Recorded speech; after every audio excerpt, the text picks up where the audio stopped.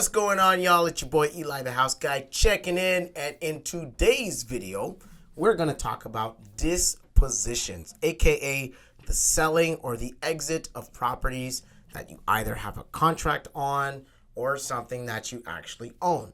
We're going to go back to the whiteboard for this video as well, but we're going to talk about wholesaling, we're going to talk about wholetailing, we're going to talk about fixing and flipping, we're going to talk about fixing and renting.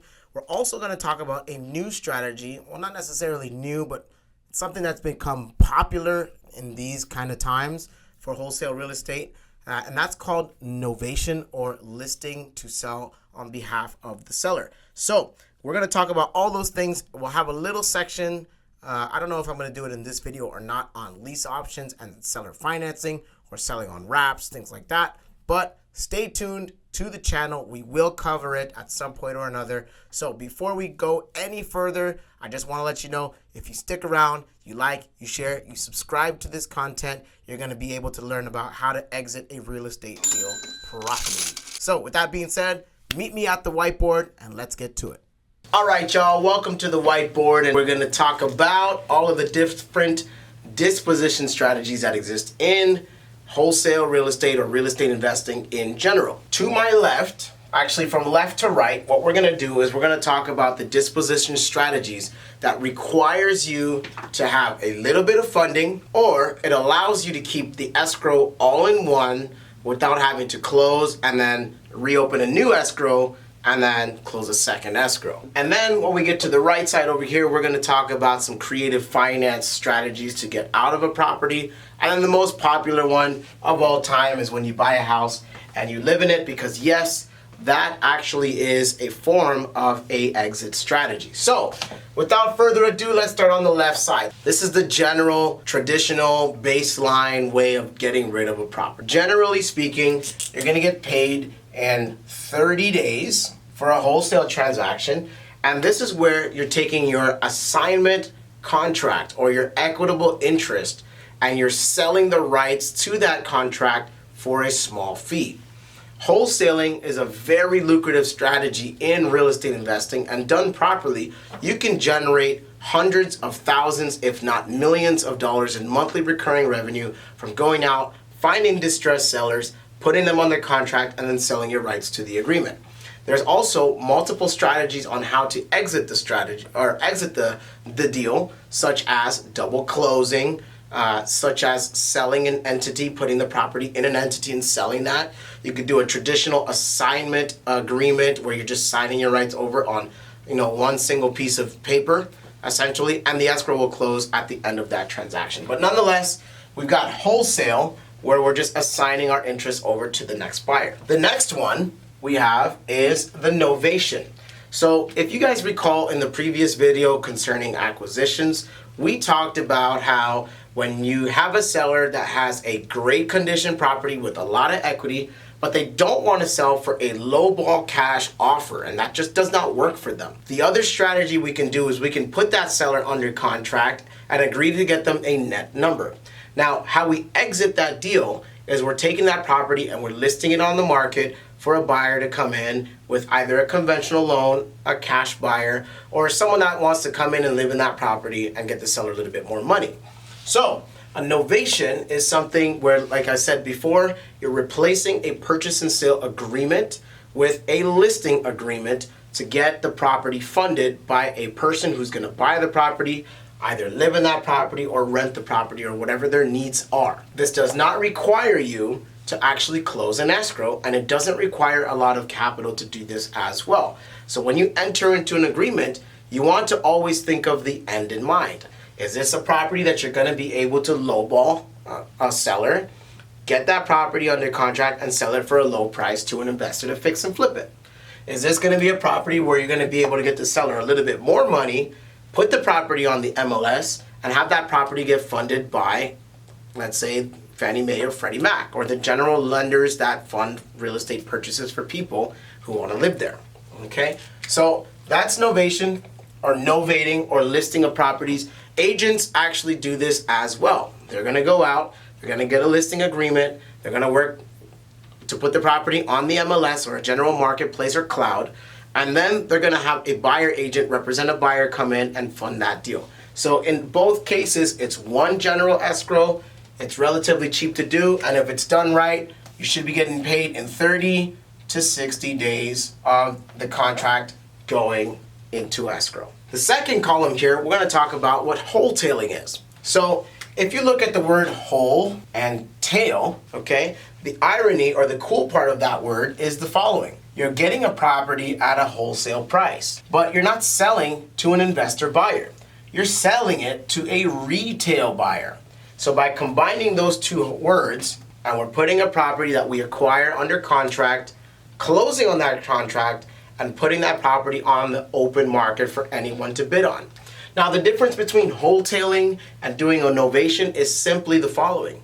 In one strategy, like a novation, you're not actually closing on the property.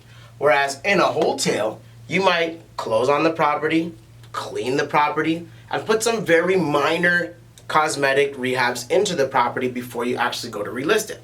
Things like junking out the property, painting the property, maybe even changing the floors. That's going to be the difference between a novation and a wholesale exit strategy. Moving on, we've got the traditional fix and flip. Now, in a fix and flip, if you guys recall back to the acquisition video we talked about with the quadrant, when you buy a property for cash, generally speaking, you're going to want to fix and flip the property because you're getting it at a low price and you're going to put some money into it to renovate it, and then after it's renovated, you're going to flip it to the next buyer. Before I go too deep with this one, a wholesale, I forgot to tell y'all, is about 45 to 60 day turnaround from when you put the property under contract and escrow close and then get it relisted to close the second escrow.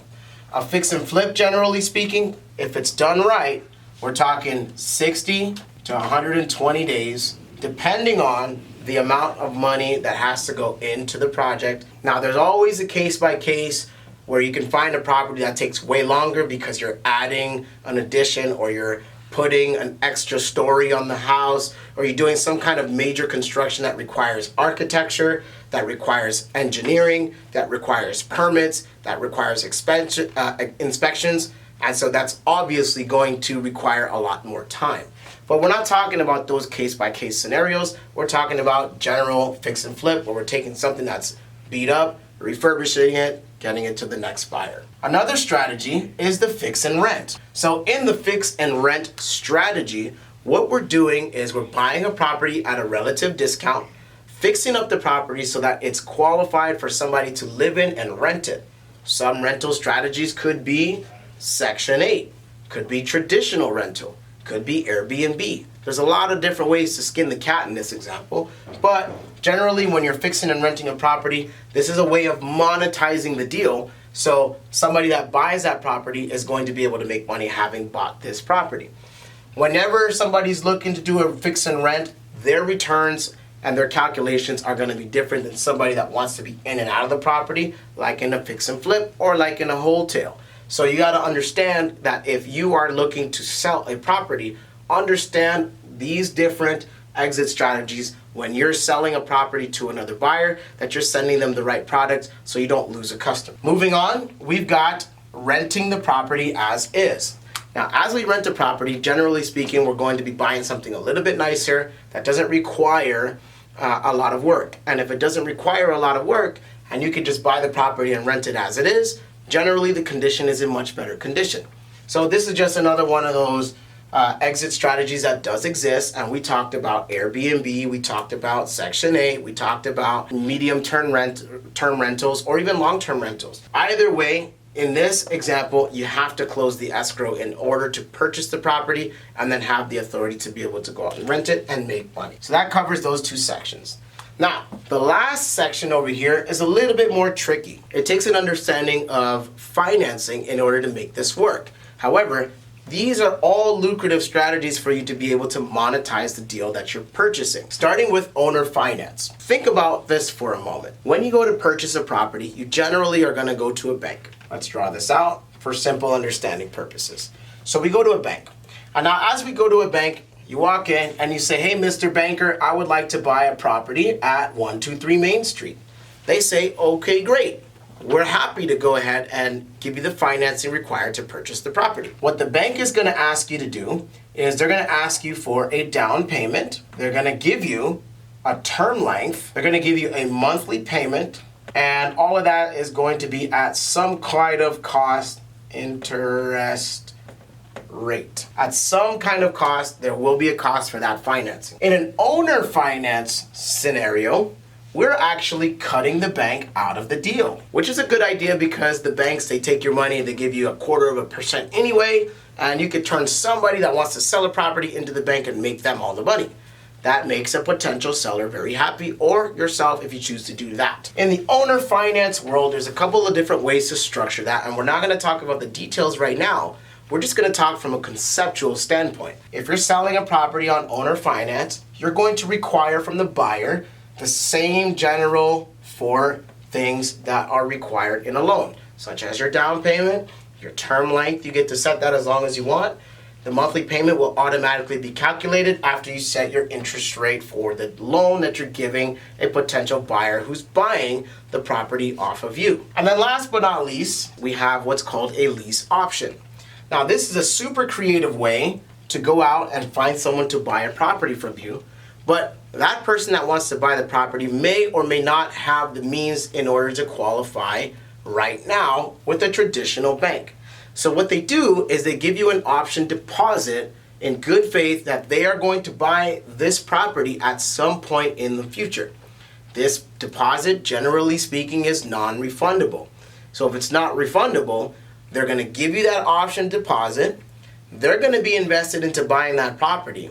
But until they can get the qualification needed from the bank in order to buy the house from you, they are going to rent the property in the meantime. This is similar to buying a piece of furniture. You don't have all the money that's required to take the furniture out the store from day one, so they allow you to make payments on that piece of furniture before you can have the right to call it your own. You could do the same thing with a house, and that's what lease options are all about. Now, the last disposition strategy we're going to talk about in this video is we're going to talk about when somebody buys a house to live in the house. Generally speaking, like I said, when you buy a piece of property, you make your money on the buy. When you go to sell the money, that's when you go to collect the money. If you are taking all your hard-earned cash and sticking it into your house, you're still essentially making money because you're paying your debt down and growing your equity position. Whenever you decide to either refinance or sell that property, that's when you're going to collect the money, but you're still making money if you bought it at the right price for your specific needs. And as you pay your debt down, what eventually ends up happening is your equity position builds up, and then you have the option to go out and take the equity out in the form of a loan or sell the property, collect the cash, and decide what you want to do next. So these are the general disposition strategies that exist in real estate investing more specifically. I hope this gives you a great understanding of what it takes to be able to collect from the deal that you put yourself under contract to buy. And if anyone has any questions about any one of these deals or these exit strategies in particular, there will be a series where I go through some of the case studies where I've done all of these exit strategies, and I can walk you through exactly what to look for, how to make money, where your profit centers are going to be, and how it could be lucrative for you and your investing journey. So stay tuned, stay subscribed, like this post, comment. Let me know how you feel about what you saw. If you have any questions, follow me on Instagram, and I'm happy to reach out and have a talk with you about it. Until next time, I'll see you guys on the next video. Bye for now.